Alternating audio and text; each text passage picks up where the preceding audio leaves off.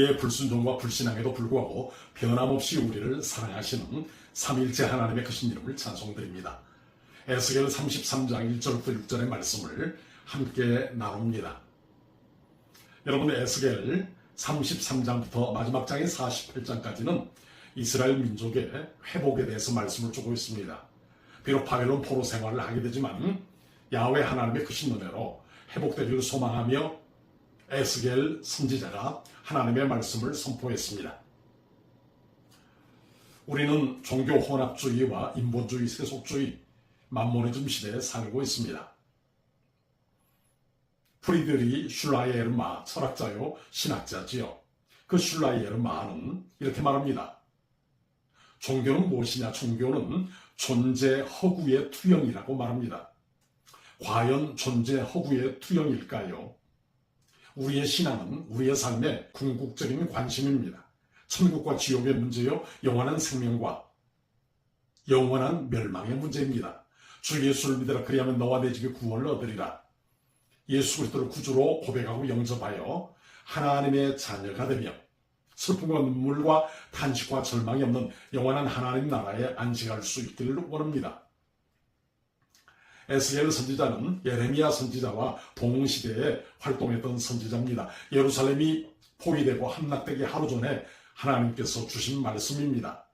내가 너를 파수꾼으로 세웠다. 이스라엘 백성을 향한 파수꾼으로 세웠다. 그래서 백성들을 향하여 영적인 각성을 촉구하고 있습니다. 돌이키고 회개하기를 원하고 있습니다. 선지자의 입장에서는 하나님의 말씀을 증언하되 듣는 청중들을 늘 의식할 수밖에 없습니다. 그래서 청중들이 듣기 좋아하는 메시지, 청중들이 듣기 좋아하는 설교의 유혹을 이길 수 있어야 합니다. 오늘 우리 교회 공동체 안에서 목회자뿐만 아니라 교구장, 구역장, 목장, 속장 모든 분들이 주시는 생명의 말씀을 듣는 성도들과의 관계가 어떻습니까? 성도들이 듣기 좋아하는 메시지, 소위 말하는 새콤달콤한 메시지, 스윗 앤 딜리셔스 서먼, 이것보다도 마땅히 들어야 할 메시지를 전해야 합니다. 목회자나 교구장, 구역장, 권찰, 목장, 셀 리더, 속장, 교회 안의 모든 그룹의 또 기관의 리더 역할을 하는 분들은 포퓰리즘에 빠져서는 안 됩니다. 대중인기 영합주의에 빠져서는 안 됩니다. 하나님을 의식하고 하나님을 생각해야 합니다. 나는 누구냐? 하나님께서 보내신 파수꾼이다. 나는 누구냐? 아포스톨로스. 나는 사도다. 나는 보냄받은 자다. 자의식이 분명히 합니다. 나는 누구냐? 대한민국의 하나님의 종으로 보냄받은 사람입니다. 그래서 하나에서 백두까지 복음의 물결이 용솟음치고 5대양 6대주의 생명의 구원자이신 예수 그리스도의 복음이 전파되기를 원합니다. 오늘 에스겔 선지자는 25살에 하나님의 부르심을 받았습니다. 그것이 바로 오늘 본문에 나온 파수꾼입니다. 에스겔 33장 2절과 7절에 보게 되면 에스겔이 파수꾼으로 부름받은 이유를 분명하게 말씀하고 있습니다. 칼이 임함을 보면 파수꾼은 반드시 나팔을 불어야 한다는 것입니다. 하나님의 진노와 심판이 예고되어 있습니다. 나팔을 불어야 합니다. 영적인 위기감을 분명하게 전달해야 합니다. 겉옷을 찢을 것이 아니라 속마음을 찢도록 가르쳐야 합니다. 회개하고 돌이키도록 가르쳐야 합니다. 돌아와 어서 돌아와 주께로 돌아오도록 가르쳐야 합니다. 그래서 우리의 가슴이 애통하고 사모하는 마음으로 충만해야 합니다. 나의 죄를 씻기는 예수의 피밖에 없네. 예수의 흘린 피 나를 희게 하오니 예수님의 십자가의 보혈로 우리의 심령과 마음이 정결해지길 원합니다. 바알과 아스다롯, 아세라, 일월 성신을 섬겼습니다. 강대국들을 의지했습니다. 암몬과 모압, 밀곤 귀신을 섬겼습니다. 때로는 정략적으로 애굽을 의지하고 아수르를 의지하고 바벨론을 의지했습니다. 그리고 철기 문명을 의지했습니다. 이 땅에 그 어떤 것도 영원하지 못합니다. 오래가지 못합니다. 그리고 궁극적으로 신뢰할 만한 것이 되지 못합니다. 야훼 하나님은 우리의 삶의 우선순위입니다. 칼바르트라고 하는 신학자가 있습니다. 하나님은 나의 중심에 계시다라고 고백하고 있습니다. 저와 여러분의 삶 가운데 하나님께서 중심에 계십니까? 환난이 오고 역경이 오고 고난과 좌절이 와도 변함없이 주님을 사랑하고 계십니까? 내 심령 가운데 예수 그리스도 주님의 크고 놀라운 이름이 영광 받으시고 좌정에 계십니까? 하나님의 진노와 심판이 임함을 보고 나팔을 불어야 합니다. 그리고 백성들은 영적인 회개와 돌이킴이 있어야 합니다. 죄를 뿌리고 가슴을 찢고 하나님 앞에 돌아와야 합니다. 믿음의 본질을 회복해야 합니다. 말씀의 뿌리로 돌아와야 합니다. 하나님의 계시의 말씀에 침잠해야 합니다. 하박국 3장 2절 말씀 보게 되면 하나님은 어떤 분이시냐? 하나님은 진노 중에라도 긍휼을 잊지 아니하신 분이라 말씀하고 있습니다. 하나님이여 이 수년 내에 부흥케 하옵소서. 지금은 진노 가운데 하나님의 훈련과 영적인 연단 가운데 70여 년을 포로 생활하겠지만 하나님께서 우리를 사랑하시는 깊은 경륜과 연단의 과정에 있습니다. 이제 하나님께로 돌이켜야 합니다. 돌아와야 합니다. 위기 가운데 있습니다. 나팔을 힘있게 불어야 합니다. 물량주의와 세속주의, 인본주의, 종교다원주의에 빠져있는 오늘 우리의 모습 가운데 성령님을 의지해야 합니다. 하나님의 말씀이 우리의 삶의 준것들이 되어야 합니다. 여러분, 우리 시대에 최근에 화제가 되고 있는 것 가운데 이런 용어가 있지요. 딥페이크라고 하는 말이 있지요. 사람의 몸이나 신체 일부를 합성, 융합을 통해서 비윤리적이고 말초신경을 자극하는 향락 문화를 확산시키는 것입니다. 성을 상품화하는 것입니다. 많은 사람들, 특히 여성들이 피해자가 되고 고통하고 있습니다. 그런데 가해한 사람들은 아니면 말고 저는 그저 재미로 했습니다. 이렇게 생각하고 말하는 분들이 있습니다. 얼마나 참 안타깝습니까? 오늘 우리 시대의 모든 가치관이 이윤 추구와 재화 창출의 포로가 되고 있습니다. 돈이 된다면 수단 방법 가리지 않는 그런 모습들도 있습니다. 하나님을 참으로 두려워하고 있습니까? 하나님을 참으로 사랑하고 있습니까? 내 삶의 우선순위는 여호와 하나님입니다. 내 삶에 의식해야 할 우선순위도 하나님이십니다. 내 삶의 일거수일투족이 하나님의 계시의 말씀에 근거해야 합니다. 내가 가는 곳에 주님의 형상이 증거되고 드러나야 합니다. 그리스도의 향기와 빛이 되어야 합니다. 내가 그리스도의 거울이 되어야 합니다.